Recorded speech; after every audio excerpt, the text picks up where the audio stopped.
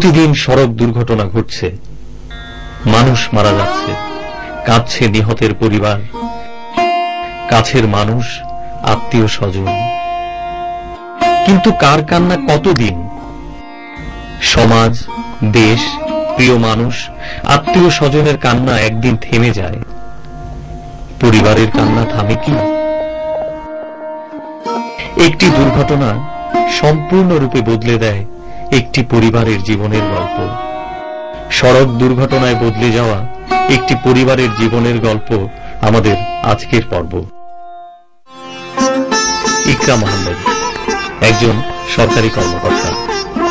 সামিয়া হালিম বিশ্ববিদ্যালয়ের সম্মান শেষ বর্ষের ছাত্রী। 1982 সালের 14 জানুয়ারি এ দুজনের বিয়ে হয়। শুরু হয় তাদের যুগল পথ চলা। তাদের কোল জুড়ে আসে সন্তান অয়ন। এর প্রায় 6 বছর পর তাদের ঘর আলো করে জন্ম নেয় দ্বিতীয় সন্তান অর্ণব। শুরু হয় 2 সন্তান নিয়ে সুখী, সুন্দর, সম্ভাবনাময় জীবনের পথ চলা। স্বামী সংসারের পাশাপাশি বিশ্ববিদ্যালয়ে পড়াশোনা শেষ করে সামিয়া হালিম কর্মজীবনে সিভিল সার্ভিসে যুক্ত হন। ছেলে আসিফ আহমেদ অয়ন স্কুল, কলেজ, বিশ্ববিদ্যালয়ের সাফল্যের পথ ধরে পাড়ি জমায় বিদেশে উচ্চতর পড়াশোনার জন্য। ছোট ছেলে সাইফ আহমেদ অর্ণব ইন্টারমিডিয়েট পাশ করে ভর্তি হয় অস্ট্রেলিয়ার মনাস ইউনিভার্সিটিতে। বাবা মায়ের স্বপ্ন ছেলে অনেক বড় হবে, বড় ডিগ্রি নিয়ে দেশে ফিরবে। ছেলের স্বপ্ন বাবা মায়ের মুখ উজ্জ্বল করবে। সামনেই কোরবানির ঈদ, তাই এই ঈদই হয়তো দেশে তার শেষ ঈদ। এই ভেবে বাবা মা চান ছেলে ঈদটা দেশে করে তারপর বিদেশে যাক। ছেলেও সিদ্ধান্ত নেয় ঈদের 1-2 দিন পরে সে বিদেশে যাবে।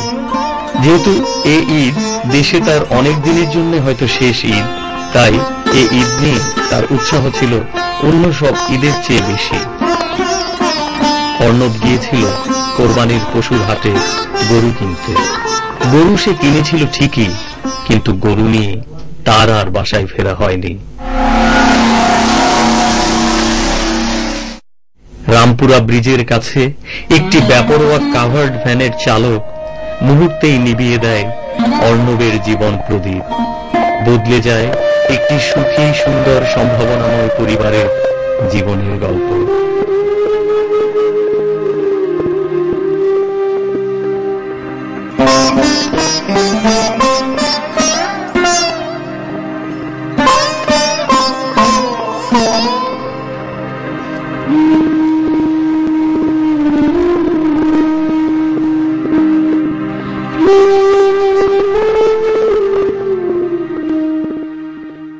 অ্যাক্সিডেন্টটা কিভাবে হলো?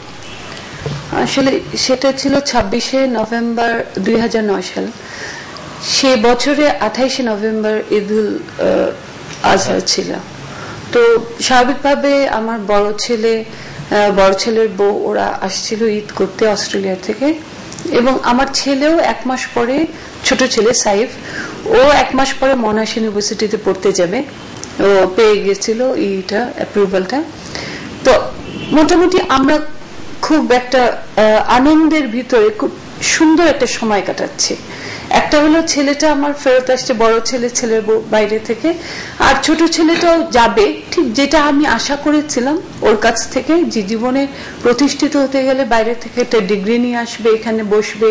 ও আমাকে যে স্বপ্নগুলো দেখেছিল সেই স্বপ্নগুলো বাস্তবায়নের প্রথম ধাপ আগাচ্ছে। সে সকালবেলা ও আগের দিনও গরুর হাটে গেছে, গরুর পছন্দ হয়নি দেখে চলে এসছে, এবং সকালবেলা আমি অফিসে যাব, খুব তাড়াহুড়ার ভিতরে ছিলাম।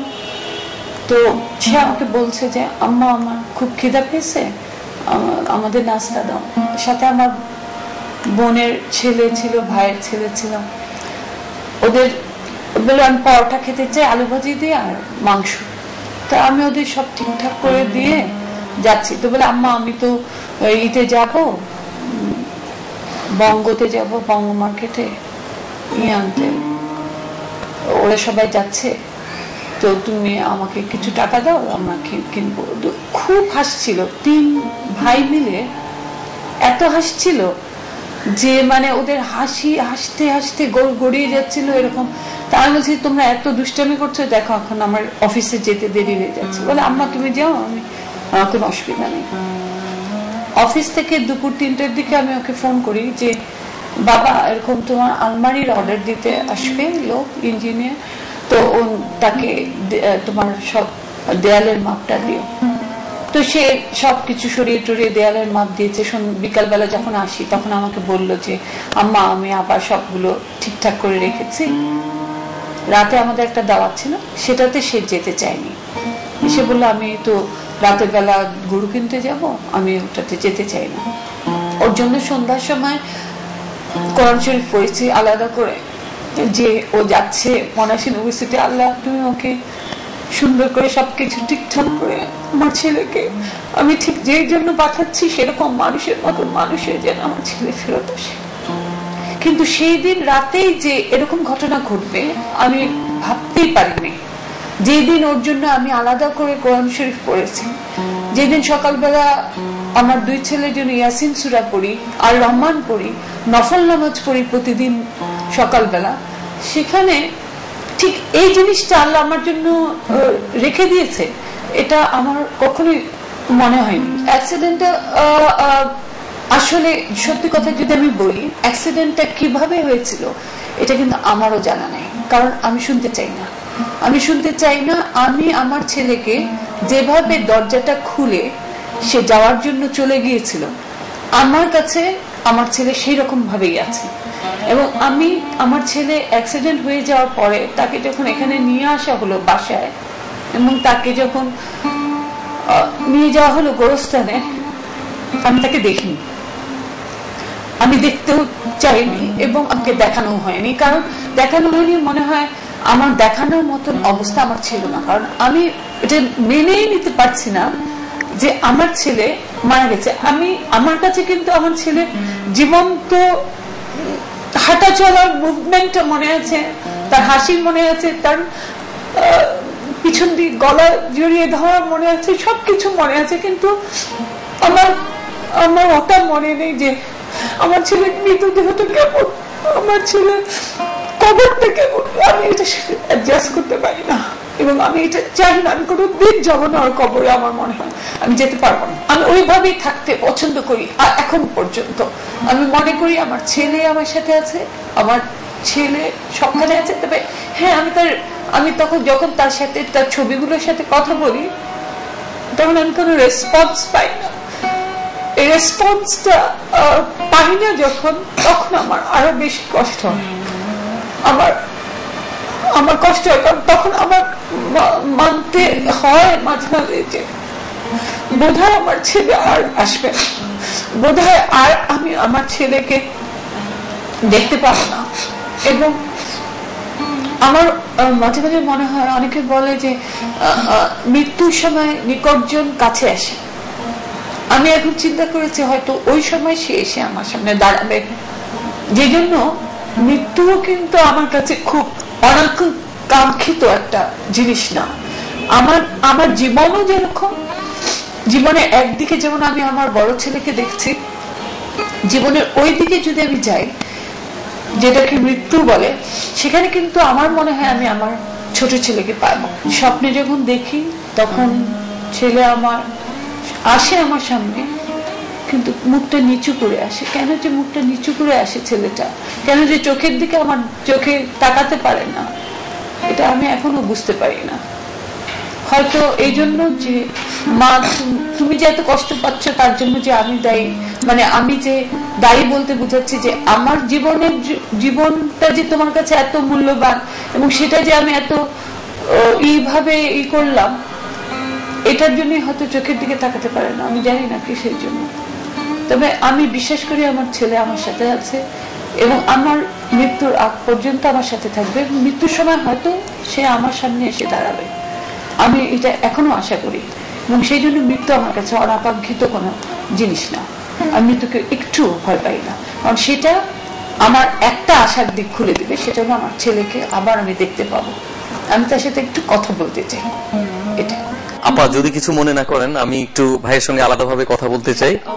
একটু আমি তো ওই সম্পর্কে কথা বলতে চাচ্ছি না কাজে, এবং আমি শুনতেও চাই না, কারণ ওটা পুরোপুরি শুনলে হয়তো আমার বেশি কষ্ট হবে।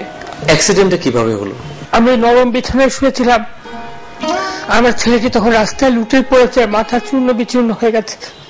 এরপরে সঙ্গী যারা ছিল, ওর মামাতো ভাই, আমাদের পরিচিত আরো অনেকেই ছিল সঙ্গে, তারা তাকে নিয়ে এসছে ক্লিনিকে, হাসপাতালে।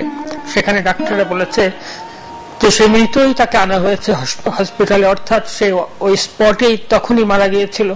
এইভাবে রাস্তায় এইভাবে মৃত্যুবরণ করলো, যেটা প্রত্যাশিত ছিল না। আমি তো এখনো জীবিত আছি।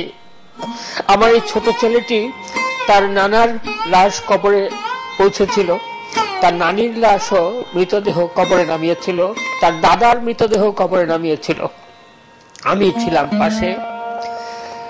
আমার তো প্রত্যাশা ছিল যে আমি যখন এই পৃথিবী ছেড়ে চলে যাব তখন আমার লাশ হয়তো আমার সন্তান নামাবে, কিন্তু দুর্ভাগ্য হলো যে আমি আমার নাবালক, কি বলবো, 19 বছরের ছেলে, তার লাশ আমি নামিয়েছি কবরে, আমার বড় ছেলে নামিয়েছে কবরে। আমরা দুজনে মিলে আমরা আমার ছোট ছেলের লাশ কবরে নামিয়েছি। এর চেয়ে দুর্ভাগ্য কি হতে পারে? আপনি যখন অস্ট্রেলিয়া গিয়েছিলেন তখন তো সাইফ আপনার সঙ্গে ছিল, সেই সময়ের কথাগুলো একটু শুনতে চাই, কারণ ও তো পরে পড়তে যেতে চেয়েছিল।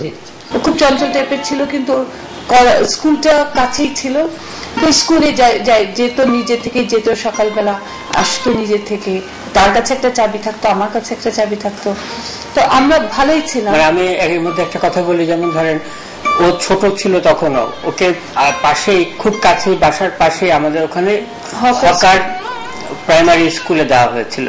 ওটা ওদের সরকারি পাবলিক স্কুল তো, কিন্তু ওই বাসায় বাচ্চাদের অনেকে গার্জিয়ানরা নিয়ে যেত। তা আমি কয়েকদিন নিয়ে গেছি, পরে দেখি যে ও বলছে না আব্বু তুমি কেন আসছো, আমি তো এখন বড় হয়েছি, আমি যেতে পারবো।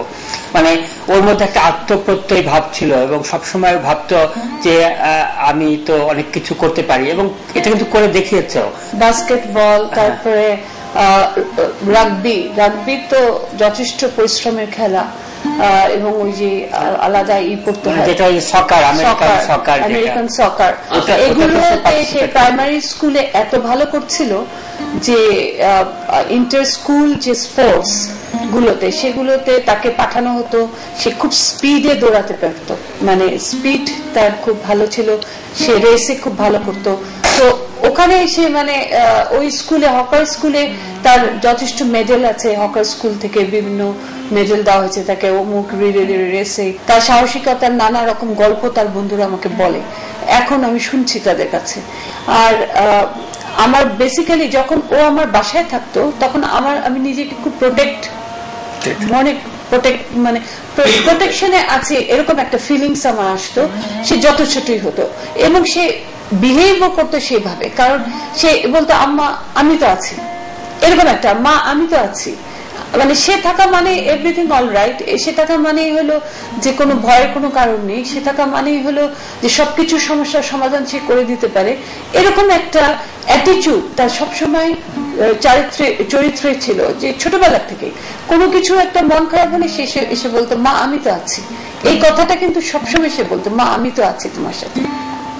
এই জিনিসটা আমি তার খুব ফিল করি। কোনো কোনো সময় তার কথায় এরকম ভাব প্রকাশ পেত যে সে আমার গার্জিয়ান, কোনো কোনো সময় তাকে আমি পেয়েছি বন্ধু হিসেবে, মা তুমি এইভাবে করো, মা তুমি ওইভাবে করো, মা তোমার কোনো সমস্যা হচ্ছে, এই যে জিনিসগুলা। কোনো কোনো সময় আমি তাকে পেয়েছি যখন খুব একটা অসহায় অবস্থায় হয়তো পড়েছি, একটা ফোনই আমার জন্য যথেষ্ট ছিল, বাবা আমার এরকম সমস্যা, মা তুমি কোনো চিন্তা করো না, আমি আছি, আমি আসছি। এই যে জিনিসগুলো, এই জিনিসগুলোর অভাববোধ তো আমার থাকবেই সারা জীবনের জন্য না, এবং যেটার জন্য এখন আমি নিজেকে খুব অসহায় বোধ করি। সত্যি কথা যদি বলি, আমি মনে করি যে আমি একদম একা হয়ে গেছি। আবার এরকম কি কখনো মনে হয়েছিল যে আপনার বড় ছেলেটা যদি কাছে থাকতো তাহলে হয়তো আপনি কিছুটা, আপনার দুঃখ কিছুটা হয়তো লাঘব হতো? যে আমার বড় ছেলে আছে অস্ট্রেলিয়ায়, ও আমার খুব কাছে, আমার বৌমা, ও খুব লক্ষ্মী মেয়ে, আমার খুব কাছে, কিন্তু ওরা তো আমার কাছে নাই, এবং এই না থাকাটাও আমার তৈরি, কারণ আমি তাদের বলেছি চলে যেতে, ওখানে তাদের ক্যারিয়ারটা যাতে নষ্ট না হয়। হয়তো সাইফের ক্ষেত্রে আমি একই জিনিস করতাম, কিন্তু সাইফ যেরকম যাওয়ার যখন মনাশ ইউনিভার্সিটিতে পেল তখন সে আমাকে বলল যে মা তুমি তৈরি হয়ে না, আমি কিন্তু তোমাকে ছাড়া থাকতে পারবো না, তুমি আমার সাথে যাবে। এবং আমি চাকরি ছাড়ার জন্য কিন্তু চিন্তাও করছি তখন যে আমি চাকরি ছেড়ে দিয়ে আমার ছেলের সাথে আমি চলে যাব। যে ব্যক্তি আমাকে ছেড়ে থাকতে পারে না সেই ব্যক্তি আমাকে ছেড়ে আছে, এটার অনুভূতি খুব কষ্টকর, খুবই কষ্টকর। মাঝে মাঝে কিছুটা অভিমান হয়, মনে হয় যে আসছে না কেন, আর মাঝে মাঝে নিজেকে অসহায় বোধ করি এবং মনে করি যে ও যদি না আসে আর কখনো, তাহলে আমি কার উপর নির্ভরশীল হব? আমার শেষ জীবনটা আমি কার উপর নির্ভর করে থাকবো? আমার বড় ছেলে ও যদি বিদেশে সেটেল ডাউন হয়, তাহলে আমার এই ছেলেটাই তো আমার কাছে ছিল, কি আমি কি ওখানে যাব? আমি যদি এখন আমার বড় ছেলের কাছে যাই তাহলে আমার এদিকে মনে হয় সাইফকে আমি রেখে যাচ্ছি বাংলাদেশে। আমি যদি এখানে থাকি আমার বড় ছেলের কথা মনে হয়। তা আমার অবস্থাটা হলো সেজন্য আমি একাকিত্ব বেছে নিয়েছি। সোজা কথা, আমি একা থাকতে এখন পছন্দ করি। বলে যে আপনি এটার থেকে বের হয়ে আপনি বাইরে যান, বাইরে বিভিন্ন অনুষ্ঠানে অ্যাটেন্ড করেন। অনুষ্ঠানে যে একেবারে অ্যাটেন্ড করি না তা না, তবে বিভিন্ন অনুষ্ঠানে গেলে আমার কষ্ট বেশি হয়। সাইফ আর কি খুবই বেশি আমোদে ছিল, প্রাণোচ্ছল ছিল, এবং ওই যে হলুদ টলুদ ওগুলোতে দেখা যেত সে সবসময় অগ্রণী ভূমিকা পালন করছে। তো আমি ওখানে গিয়ে যখন এই যে সব ছেলেদের দেখি তখন আমি ওকে খুঁজতে চেষ্টা করি ওর ভিতরে যে আমার ছেলেটা কোথায়, কিন্তু আমি যখন পাই না তখন ওই কষ্টটা আরো আমার ভিতরে চলে আসে। আর এবং আমার ভালো লাগে না। আনন্দের তো আমার আসলে জীবনে কিছু নেই। আনন্দ তো আসলে এসব দিয়ে হয় না। এবং আমি এখন মনে করি যে আমার যে ভাষা, আমার যে মনের ভাষাটা, সেটা বুঝে একমাত্র সেই পরিবারগুলোই, যে পরিবারগুলো এভাবে তাদের নিকটজন হারিয়েছে, এবং তারা এসে যখন আমার পাশে বসে, আমি মনে করি যে এখন আমি যে কথাগুলো বলবো এই কথাগুলো তারা বুঝবে, তারা যে কথাগুলো আমাকে বলতে চায় আমি সেটা বুঝতে পারছি। পরিবারগুলোর সাথে আমার সম্পর্ক এমন যে একটা ফোন কল আমি যদি করি তাহলে তারা বুঝতে পারবে যে আমার কোনো অসুবিধা হচ্ছে, বা তারা সেই ডাকে সাড়া দেয় তৎক্ষণাৎ আর কি। এবং আমিও কোনো সাহায্য চাইলে আমার কেন জানি মনে হয় যে তাদের কাছে আগে সাহায্যটা চাই, কারণ তারাই সবচেয়ে বেশি এগিয়ে আসবে বা আমিও তাদের জন্য সবচেয়ে বেশি এগিয়ে যাবো। একদিন রাত, তখন অনেক রাত, কারণ আমার অনেক রাতই এরকম নিদ্রাহীন কাটে। তো আমি তখন কি করব, বসে বসে হয়তো একটু তারা টিভিটা দেখি, কারণ আমার গান খুব পছন্দ। তো হঠাৎ একটা ছেলেকে দেখলাম গানভাসী একটা অনুষ্ঠানে। ছেলেটা একেবারেই আমার ছেলের মতন, মানে একটা চেয়ারে ঠিক মতন বসতেও পারছি না, মানে গান গাচ্ছে তো অপূর্ব, তার সাথে সাথে তার হাত নাড়া চলা, তার মানে এক্সাইটমেন্ট, সবকিছু আমার কাছে মনে হলো যে আমি আমার ছেলেকে দেখছি। চেহারায় মিল না এতটা, কিন্তু তার আচার আচরণ একেবারে। রাত 2টা-2:30 হবে। তো ফোন ধরেই বলছেন যে ভাবি কি ব্যাপার? তো আমি বললাম ভাবি তুমি কি জেগে আছো? তো বলে হ্যাঁ। আমি বললাম তুমি এই চ্যানেলটা একটু ঘুরিয়ে দেখো না, তুমি অর্ণবকে তো দেখো নাই। মানে আমার ভার্সন ছিল এটা, তুমি অর্ণবকে তো দেখো নাই, কারণ এদের সাথে পরিচয় হয়েছে কিন্তু আমার সব অর্ণব মারা যাওয়ার পরে।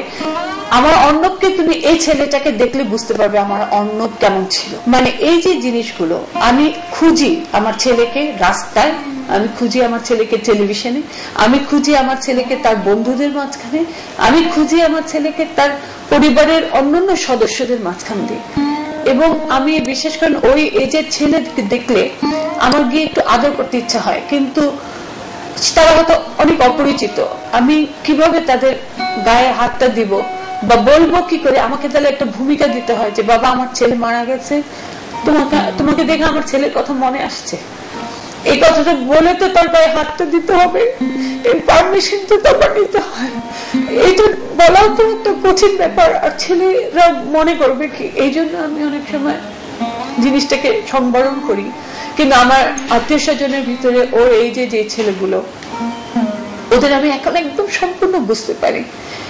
আমি আমার ছেলেকে হারিয়ে ওই এজের ছেলেদের অনেক কাছাকাছি গেছি বলে আমি মনে করি, যেটা হয়তো ও বেঁচে থাকার সময় আমি যেতে পারিনি। মনে করেছে যে আমার আব্বা কই, আমার আম্মা কই। আমার ছেলে নিশ্চয়ই মনে হয়েছে আমার ছেলেটা পানি খায়নি, মানে হাটে গিয়েছিল তো পানির বোতল নিয়ে যায়নি, পানির বোতল ছাড়া ছিল, তারপরে নিশ্চয়ই ওর পানির পিপাসা পেয়েছিল। এই কথাগুলো আমার খুব মনে আসে। তাকে কিছু প্রশ্ন করার আছে যে কি করে সে একটু চিন্তা করলো না যে এই বাচ্চাটা মারা গেলে তার মা কি করে থাকবে, তার বাবা কি করে থাকবে, তার ভাইয়ের কি অবস্থা হবে, কিছুই চিন্তা করলো না। সেটা তো মানুষ।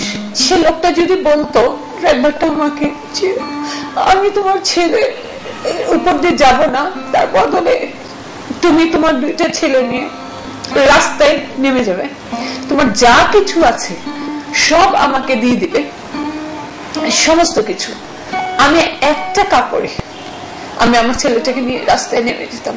আপনি বিশ্বাস করেন আজকে এই লোকটার জন্য আমি এত বড় আমার একটা নির্ভরশীল আমার সন্তান এত বড় একটা সম্পদ হারিয়েছে এই লোকটার জন্য, আমি তাকে ক্ষমা করি কিভাবে?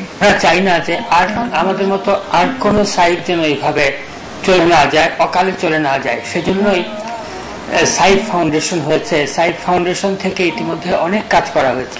সাইফ ফাউন্ডেশন থেকে এমন একটা পৃথিবী গড়তে চাই যে পৃথিবীতে হয়তো এই যান্ত্রিক পৃথিবীর মতন না, যেখানে যন্ত্রই প্রাধান্য লাভ করে, সেরকম না, যেখানে একটা ছেলে বাইরে গিয়ে মানে আবার নিরাপদে বাসায় ফিরে আসে, একটা স্বামী তার কর্মস্থলে গিয়ে আবার ফেরত আসে তার পরিবারের সদস্যদের ভিতরে, যেখানে ডাইনিং টেবিলের কোনো চেয়ার ফাঁকা থাকে না, যেখানে আনন্দের ভিতরে সবসময় নিরানন্দটা আগে মনে আসে না, মানুষের মনুষ্যত্ব বোধটাই সবচেয়ে প্রথমে আসবে, মানুষ যে সৃষ্টির সেরা জীব এটাই প্রমাণিত হবে।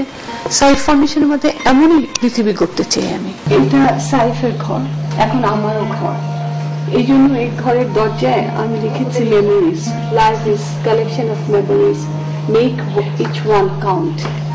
ঘরটা খুললে আপনার এখানে সাইফের সমস্ত জিনিস সাজানো আছে, সাইফের বিছানা, সাইফের ড্রেসিং টেবিল, সাইফের টিভি, সাইফের খুব প্রিয় প্রিয় খেলনা, সাইফের আলমারি, সাইফের এই কটন বাড, এগুলো সে ব্যবহার করতো, এটাতে সে পানি খেত রাতে বেলা, সাইফের জুতা, আমি এগুলো এখনো আমি প্রিজার্ভ করে রেখেছি।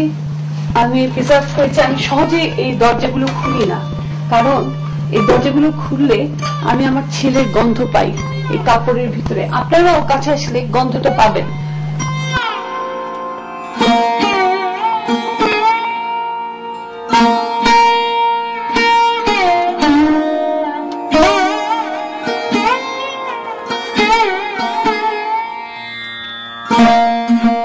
সাইফের আম্মার কথাগুলো আমাদেরও কথা। আমরাও নিরাপদ সড়ক চাই। আমরা চাই মানুষের কাছ থেকে মনুষ্যত্ব বোধ সম্পন্ন ব্যবহার। আর কোন সাইফ যেন এইভাবে রাস্তায় প্রাণ না হারায়, এটা আমাদের সর্বোচ্চ প্রত্যাশা। সবাই ভালো থাকুন, নিরাপদে থাকুন।